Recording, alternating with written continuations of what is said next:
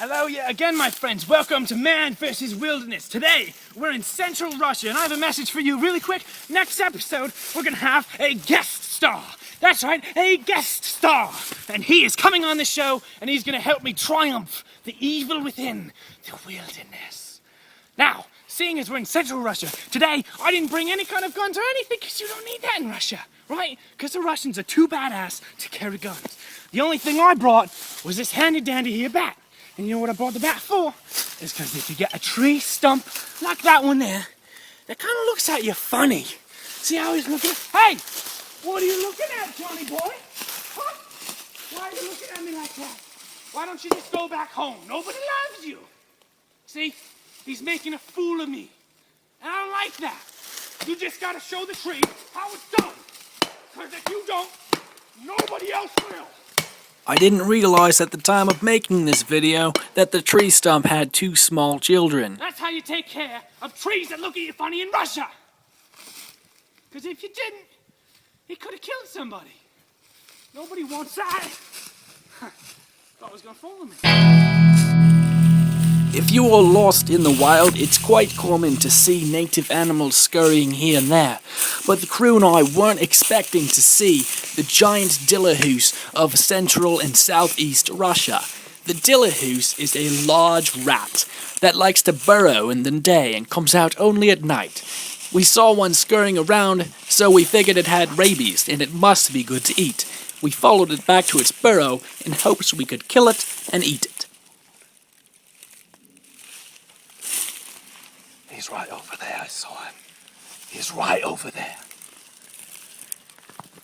Now, the only way to kill these giant Russian rats, because they hide in their burrows so quickly, is to slowly and stealthily sneak up on them.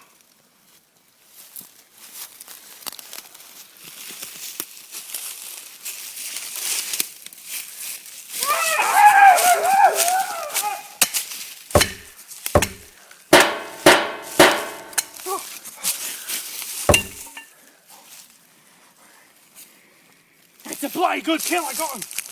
Got him. Alright, good.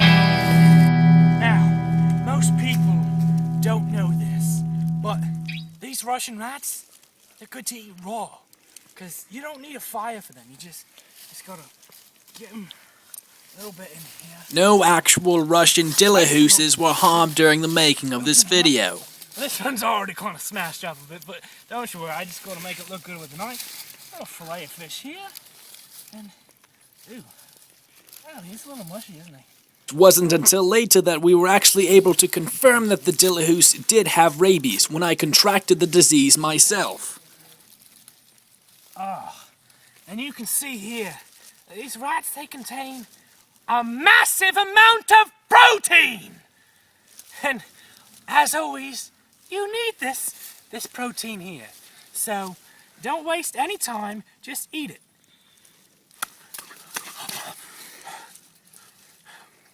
That's the best way to get all the protein, is to just smash it viciously on your face. If you get a little bit in your mouth, you get lucky, that's more protein for you. But if you didn't know, your skin can take in protein as well. You don't need to eat it. Just your skin needs to absorb it. Think of it like you're in a sauna. It's like a mud sauna. Oh, just like a mud sauna. And the good thing about this meat here, it's better than cuisines that you'll find in Rome. If you look closely, you can see my brother's finger slide across the screen. Sorry, little puppet, but I've got to eat you. There it was.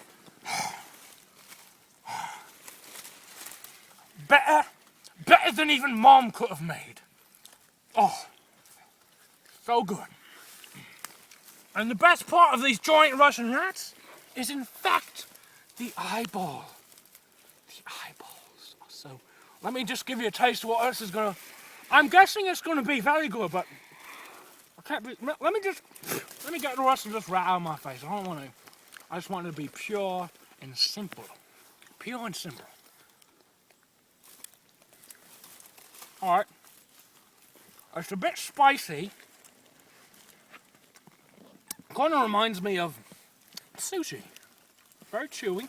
The texture's fantastic. But just excellent protein, protein, protein!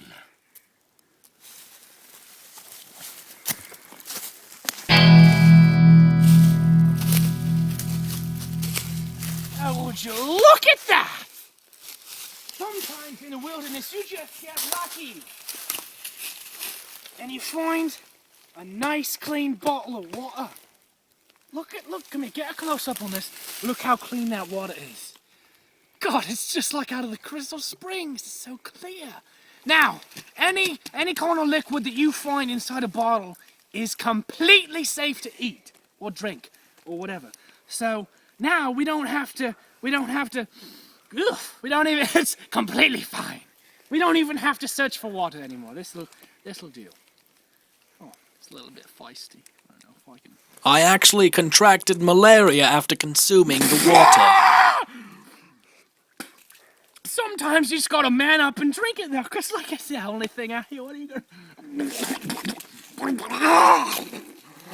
Although it didn't save me from malaria, pouring the water onto the base of your scalp is an ancient Zulu method, which is safer than both consuming the water through the mouth or the anus. It tastes fantastic. And remember to save the bottle for later, because you might need it for something else.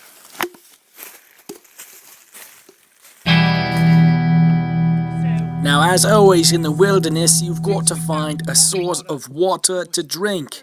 We did find the bottle in the middle of the woods, but that would only last so long. So seeing as I had to urinate now, I thought it would be a good chance to show you the proper technique to use when trying to drink your own urine. As always, this is only good for one go-through, so once you've drank your piss once, you cannot do it again because you'll just make yourself sick. Now please observe, as the proper technique is a bit dangerous and can easily be done wrong. Closer. Let me just show you the proper technique once again. So you just gotta aim it straight up, or kind of as straight up as you can get it, and just get ready for it and fire away. It is all good. It is all completely good to drink. Oh.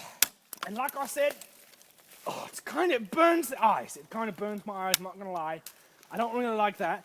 But if it's going to help you survive, you got to do it, right? Get all of it out, once again. Oh. Another technique that I picked up in North Korea involves hanging upside down from the limb of a tree. I found this technique to be a bit difficult, which is why it didn't make the show. It's good enough for me.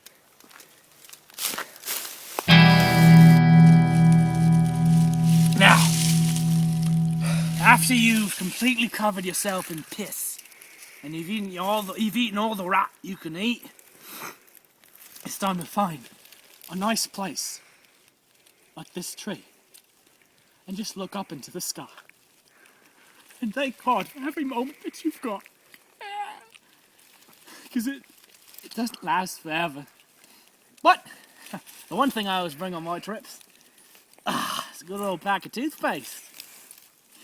And if you didn't know, if you thought that this toothpaste, the flavor of it just kind of came out and you got a little flavor, yeah, you think the flavor, it's not in the toothpaste, bloody mate. Inside of these packets, if you cut it open, you can see where the flavoring comes from. You just take a handy dandy knife and split them open, and inside every toothpaste bottle, they've got gummy bears. And they're good to eat. And sometimes, if you get lucky, you can find more than one flavor gummy bear. Like on this one here, we had a green one, and now we have a delightful little blue one. all perfectly good to eat. Now I know on the bottle it says, what's it say? It says caution, warning, blah blah blah. Do not swallow toothpaste, but if you're in the wild, you're gonna do it anyway, mate. You're gonna do it anyway.